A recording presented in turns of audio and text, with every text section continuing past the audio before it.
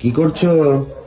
আরে দাঁড়িয়ে দাঁড়িয়ে এখানে দেখছি তত্ত্বগুলো, যেটা আমাদের বাড়ি থেকে তোমাদের বাড়িতে এসছে, মানে রিসেপশনের তত্ত্ব। দেখো কত তত্ত্ব এক জায়গায় করে রাখা হয়েছে, মানে এই পুরো বারান্দাটাই ধরেনি এত তত্ত্ব। তোমাদেরকে তো গুনে বলবো কতগুলো তত্ত্ব এসছে, তার আগে অবস্থা দেখো। অবস্থা দেখো এখানে তত্ত্ব, এই যেগুলো হচ্ছে দানের সেই বাসন, কলসি, তারপরে হচ্ছে বালতি, থালা থালা গ্লাস বাটি গুলো জানি না আছে, আশেপাশে কোথাও আছে, এখন খুঁজে পাওয়া যাচ্ছে না। আর তোয়াতে দেখে তো তারপর স্বর্ণ সেগুলো এক সাইড করেছে, কারণ এখান থেকে হাঁটাচলা করা যাচ্ছিল না। আর এই বারান্দাটা অনেক বড়, দেখাও, মানে লং অ্যাঙ্গেলে তোমরা দেখলে বুঝতে পারবে বারান্দাটা কতটা বড়, তারপরেও এখানে ধরেনি। পরে সব সাজিয়ে রেখেছি আমরা। সব স্বর্ণ তাড়াতাড়ি করে সাজিয়ে রেখেছে, নাহলে এখান থেকে হাঁটাচলা করা যাচ্ছিল না।